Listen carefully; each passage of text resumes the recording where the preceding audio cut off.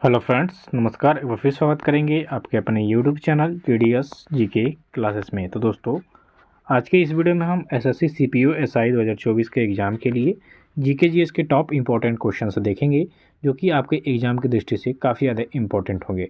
तो दोस्तों, वीडियो अच्छी लगी तो वीडियो को लाइक करिएगा, वीडियो को शेयर करिएगा, चैनल को सब्सक्राइब करिएगा, ठीक है। तो चलिए स्टार्ट करेंगे। सबसे पहले हिस्ट्री के क्वेश्चनों से, उसके बाद करंट अफेयर, उसके बाद स्टैटिक जीके आपके दिखेंगे इसमें। तो देखिए, सबसे पहला क्वेश्चन है कि सिंधु सभ्यता स्थल लोथल किस नदी के किनारे पर स्थित है। ये देखिए, सिंधु सभ्यता जो सिंधु सभ्यता थी, इसका एक बहुत ही प्रसिद्ध स्थल है लोथल। ये किस नदी के किनारे पर स्थित था? तो इसका राइट आंसर हो जाएगा आपका भोगवा, ठीक है।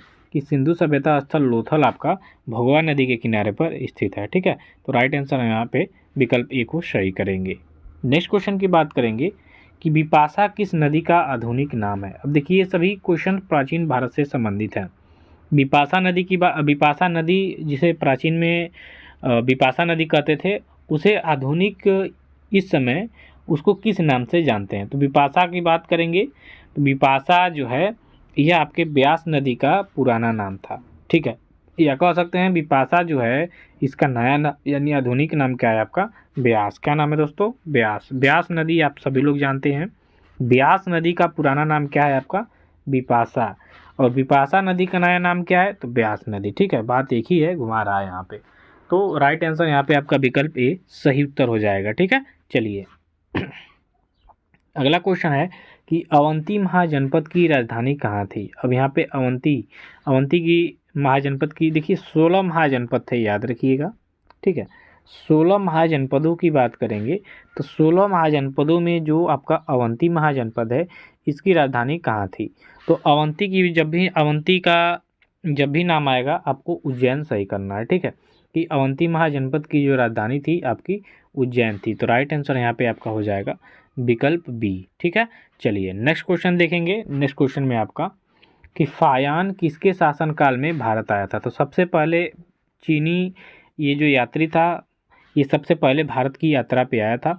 और किसके शासनकाल में आया था दोस्तों, ये क्वेश्चन आपसे पूछा है। तो फायान जो था, यह आपके चंद्रगुप्त द्वितीय के शासनकाल में भारत आया था। तो राइट आंसर यहाँ पे आपका हो जाएगा विकल्प सी।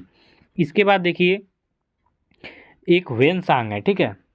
क्वेश्चन में अगर जो आपका आ जाएगा, ह्वेनसांग किसके शासनकाल में भारत आया था। तो ह्वेनसांग आया था आपके हर्षवर्धन के शासनकाल में, ठीक है। और इसने भारत के विवरण भारत के इतिहास की विस्तृत जानकारी भी दी है अपनी पुस्तक में, ठीक है। तो जो ह्वेनसांग है, ह से ह्वेनसांग, ह से हर्षवर्धन, याद रखिएगा, ठीक है। तो ह्वेनसांग हर्षवर्धन के शासनकाल में, और फायान आपके किसके शासनकाल में आया? तो चंद्रगुप्त द्वितीय। चंद्रगुप्त द्वितीय आपके गुप्त वंश के शासक थे, और इन्हीं के शासनकाल में फायान जो कि चीनी यात्री था, भारत आया था। अगले क्वेश्चन की बात करेंगे कि एरड़ अभिलेख का जो संबंध है किस शासक से है। ये भी आपके एग्जाम की दृष्टि से काफ़ी ज़्यादा इंपॉर्टेंट क्वेश्चन है। तो एरड़ अभिलेख की यहाँ पे बात की गई है, ठीक है। तो एरड़ अभिलेख जो था, ये भानुगुप्त से संबंधित है। किससे? भानुगुप्त। तो राइट आंसर हो जाएगा यहाँ पे आपका विकल्प डी, कि एरड़ अभिलेख का जो संबंध है वह आपके भानुगुप्त से है, ठीक है। एरड़ अभिलेख में सबसे पहले सती प्रथा का उल्लेख भी मिलता है यहाँ पे, ठीक है। सती प्रथा का उल्लेख भी आपका एरड़ के अभिलेख में मिलता है। और यह अभिलेख आपके भानुगुप्त जो कि शासक था भारत में, इनसे संबंधित है एरड़ अभिलेख, ठीक है। चलिए नेक्स्ट क्वेश्चन की बात करेंगे कि भारत में प्रथम 3 विश्वविद्यालय, कोलकाता विश्वविद्यालय, मद्रास विश्वविद्यालय और मुंबई विश्वविद्यालय, इन तीनों की स्थापना किस वर्ष हुई थी। ये भी आपके लिए काफ़ी ज़्यादा इंपॉर्टेंट क्वेश्चन है। और जो इसमें से किसी एक का भी अगर अलग से पूछा, जैसे कोलकाता विश्वविद्यालय की स्थापना कब हुई थी, मद्रास विश्वविद्यालय की स्थापना कब हुई थी, या मुंबई विश्वविद्यालय की स्थापना किस वर्ष हुई थी, तो अलग अलग भी पूछेगा तो 1857 होगा। और एक साथ पूछ रहा तो भी आपका 1857, ठीक है। ये हो जाएगा आपका 1857 की सभी लोग जानते हैं प्रथम स्वतंत्रता क्रांति थी ये, ठीक है। प्रथम स्वतंत्रता संग्राम जिसे हम बोलते हैं, 1857 में स्टार्ट हुआ था, ठीक। जिसमें झांसी की रानी का वर्णन मिलता है, खूब लड़ी मर्दानी वह तो झांसी वाली रानी थी, लॉर्ड कैनिंग, ठीक है। इनके शासनकाल में ये हुआ था। तो 1857 में कोलकाता, मद्रास तथा मुंबई विश्वविद्यालय की स्थापना हुई थी। अगला क्वेश्चन यहाँ पे कहा जा रहा है कि अष्टदिग्गज निम्न में से किस राजा से संबंधित हैं? तो अष्टप्रधान और अष्टदिग्गज में यहाँ अंतर है। अष्टप्रधान जब आएगा तो आपको शिवाजी को टिक करना है। यहाँ पे अष्टदिग्गज आया है तो अष्टदिग्गज आपके कृष्णदेव राय से के राज्य से संबंधित है। ठीक है, तो ये जो 8 दिग्गज होते थे सभी प्रमुख क्षेत्रों के काफ़ी ख्याति प्राप्त व्यक्ति होते थे जो 8 दिग्गज होते थे। जैसे कि शिवाजी के मंत्रिमंडल में अष्टप्रधान की प्रधानता थी, जो 8 जो मंत्री होते थे जबरदस्त एकदम इंटेलिजेंट। तो ऐसे ही कृष्णदेव राय के दरबार में भी अष्टदिग्गज होते थे। तो राइट आंसर यहाँ पे विकल्प बी हो जाएगा। अगला क्वेश्चन है कि हाल ही में महाराष्ट्र के अहमदनगर का नाम बदलकर क्या करने का फैसला किया गया है? तो ये आपके करंट अफेयर से संबंधित क्वेश्चन है, काफ़ी ज़्यादा इंपॉर्टेंट हर एक एग्जाम के लिए। तो देखिए, हाल ही में महाराष्ट्र के जो अहमदनगर का नाम नया बदल के करने वाले हैं लोग, वो आपका अहिल्या नगर होगा। राइट आंसर यहाँ पे आपका विकल्प हो जाएगा डी, सही उत्तर। अगले क्वेश्चन में है कि हाल ही में फूलदेई त्यौहार कहाँ पर मनाया गया? तो दोस्तों, फूलदेई त्यौहार हाल ही में मनाया गया आपके उत्तराखंड राज्य में। तो राइट आंसर यहाँ पे आपका विकल्प हो जाएगा बी। अगला क्वेश्चन है कि हाल ही में समुद्री सुरक्षा बेल्ट 2024 का आयोजन कहाँ किया गया? तो दोस्तों, हाल ही में समुद्री सुरक्षा बेल्ट 2024 का जो आयोजन किया गया वो दोस्तों किया गया आपके ओमान की खाड़ी में। तो राइट आंसर यहाँ पे आपका सी हो जाएगा, सही उत्तर। अगले क्वेश्चन की बात करेंगे कि हाल ही में चमेली देवी जैन पुरस्कार 2024 किसने जीता है? तो चमेली देवी पुरस्कार जीता है आपके ए और बी, यानी ग्रीष्मा ठाकुर और रितिका चोपड़ा, इन दोनों ने चमेली देवी जैन पुरस्कार 2024 का पुरस्कार जीता। तो ये काफ़ी ज़्यादा इंपॉर्टेंट रहेगा आपके एग्जाम की दृष्टि से। अगला क्वेश्चन देखिए, माजुली मास्क जिसे हाल ही में जीआई टैग मिला है निम्न में से किस राज्य से संबंधित है? यहाँ पे माजुली मास्क की बात की गई है। माजुली मास्क, ठीक है, ये हाल ही में इसको जीआई टैग मिला है और ये किस राज्य से संबंधित है? तो इसका सही उत्तर हो जाएगा आपका असम, कि माजुली मास्क आपके असम राज्य से संबंधित है। अगला क्वेश्चन यहाँ पे देखिए, अगला क्वेश्चन है यहाँ पे कि भारत निर्वाचन आयोग की राष्ट्रीय दिव्यांगजन आइकन कौन बनी है? तो भारत निर्वाचन आयोग की राष्ट्रीय दिव्यांगजन आइकन जो बनी है, भारत की खिलाड़ी हैं, पैरालंपिक खिलाड़ी, ये है आपकी शीतल देवी। राइट आंसर यहाँ पे आपका विकल्प हो जाएगा सी, शीतल देवी। अगला क्वेश्चन यहाँ पे देखिए, कौन सा भारतीय शहर दुनिया का सबसे प्रदूषित महानगरीय क्षेत्र बनकर उभरा है? तो दुनिया का सबसे प्रदूषित महानगरीय क्षेत्र बन के उभरा है आपका बेगूसराय। तो राइट आंसर यहाँ पे आपका हो जाएगा विकल्प बी। नेक्स्ट क्वेश्चन देखेंगे कि ज्योति तीव्रता का मात्रक क्या है दोस्तों? तो ज्योति तीव्रता का जो मात्रक होता है वो आपका होता है कैंडेला। क्या होता है दोस्तों? कैंडेला। तो राइट आंसर यहाँ पे आपका हो जाएगा विकल्प डी, कि ज्योति तीव्रता का जो मात्रक है कैंडेला होता है। अगला क्वेश्चन देखिए, बिहू किस राज्य का प्रसिद्ध त्यौहार है? तो दोस्तों, बिहू की बात करेंगे तो बिहू आपके असम का प्रसिद्ध त्यौहार है। तो राइट आंसर सी हो जाएगा। अगला क्वेश्चन देखिए, विटामिन डी की कमी से कौन सा रोग होता है? तो दोस्तों, विटामिन डी की कमी से होता है आपका रिकेट्स रोग। रिकेट्स रोग अर्थात सूखा रोग जिसे हम लोग बोलते हैं, ये विटामिन डी की कमी से होता है। तो राइट आंसर बी हो जाएगा।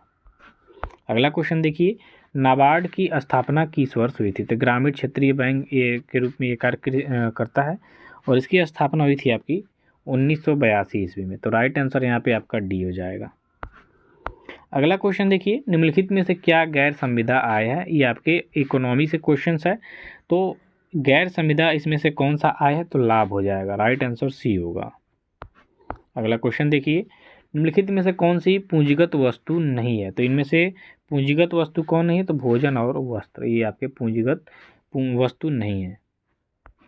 नेक्स्ट क्वेश्चन है, दूध को मथने से क्रीम के अलग हो जाने का कारण क्या है? ये देखिए आपके साइंस से रिलेटेड क्वेश्चन है और इसका राइट आंसर हो जाएगा अपकेंद्रीय बल। दूध को मथने से जो क्रीम अलग होता है यह अपकेंद्रीय बल के कारण होता है। तो राइट आंसर यहाँ पे बी हो जाएगा। अगला क्वेश्चन है कि बर्फ़ को बुरादे में पैक क्यों किया जाता है? तो बर्फ़ को बुरादा में देखे होंगे आप लोग, जो बर्फ़ की सीलियाँ होती हैं उनको बुरादों में रखा जाता है। क्यों? क्योंकि बुरादा जो होता है ऊष्मा का सुचालक नहीं होता है। ठीक है, तो राइट आंसर यहाँ पे हो जाएगा आपका सॉरी बुरादा, यहाँ पे ई सी होगा। बुरादा ऊष्मा का कुचालक नहीं होता है। ठीक है, अगला क्वेश्चन देखिए, किसी उदासीन विलयन का पीएच मान क्या होता है? तो उदासीन विलयन का पीएच मान होता है आपका 7। तो विकल्प में आपका दिया हुआ है, विकल्प ए सही उत्तर होगा। अगला क्वेश्चन देखिए, रक्त में हीमोग्लोबिन बनाने के लिए निम्न में से क्या आवश्यक है? तो रक्त में हीमोग्लोबिन जो बनाने के लिए तत्व आवश्यक होता है वो आपका है आयरन। तो राइट आंसर विकल्प ए हो जाएगा। अगला क्वेश्चन देखिए, भारत में न्यूनतम आबादी वाला राज्य कौन है? तो भारत में न्यूनतम आबादी वाला राज्य है आपका सिक्किम। तो यहाँ पे राइट आंसर आपका ए हो जाएगा। अगला क्वेश्चन यहाँ पे है कि खासी और गारो जातियाँ मुख्यतः कहाँ पाई जाती हैं? तो गारो और खासी जातियाँ जो हैं यह मेघालय में पाई जाती हैं। इसी नाम से पहाड़ियाँ भी हैं जो कि मेघालय में ही पाई जाती हैं। ये हो जाएगा। अगला क्वेश्चन है कि भारतीय संविधान का कौन सा अनुच्छेद धन विधेयक की परिभाषा से संबंधित है? तो धन विधेयक की परिभाषा से संबंधित जब भी अनुच्छेद आए आपका आर्टिकल 110 हो जाता है, यानी 110 110 अनुच्छेद 110 में आपके धन विधेयक की परिभाषा दी गई है। तो राइट आंसर यहाँ पे आपका विकल्प बी सही होगा। अगला क्वेश्चन है कि संविधान के किस अनुच्छेद का संबंध संविधान संशोधन प्रक्रिया से है? तो संविधान संशोधन की प्रक्रिया से संबंधित अनुच्छेद 368 यानी 368 में अनुच्छेद 368 में संविधान संशोधन की प्रक्रिया दी गई है। अगला क्वेश्चन देखिए, भारत का सबसे पुराना यूरोपीय चर्च किस शहर में स्थित है? भारत का सबसे पुराना यूरोपीय चर्च आपके कोचीन शहर में स्थित है। अगला क्वेश्चन है यहाँ पे कि असद अली खान किस वाद्य यंत्र से संबंधित है? तो असद अली खान का जो संबंध है ये आपके रुद्रवीणा से है। तो राइट आंसर यहाँ पे आपका हो जाएगा विकल्प ए राइट आंसर।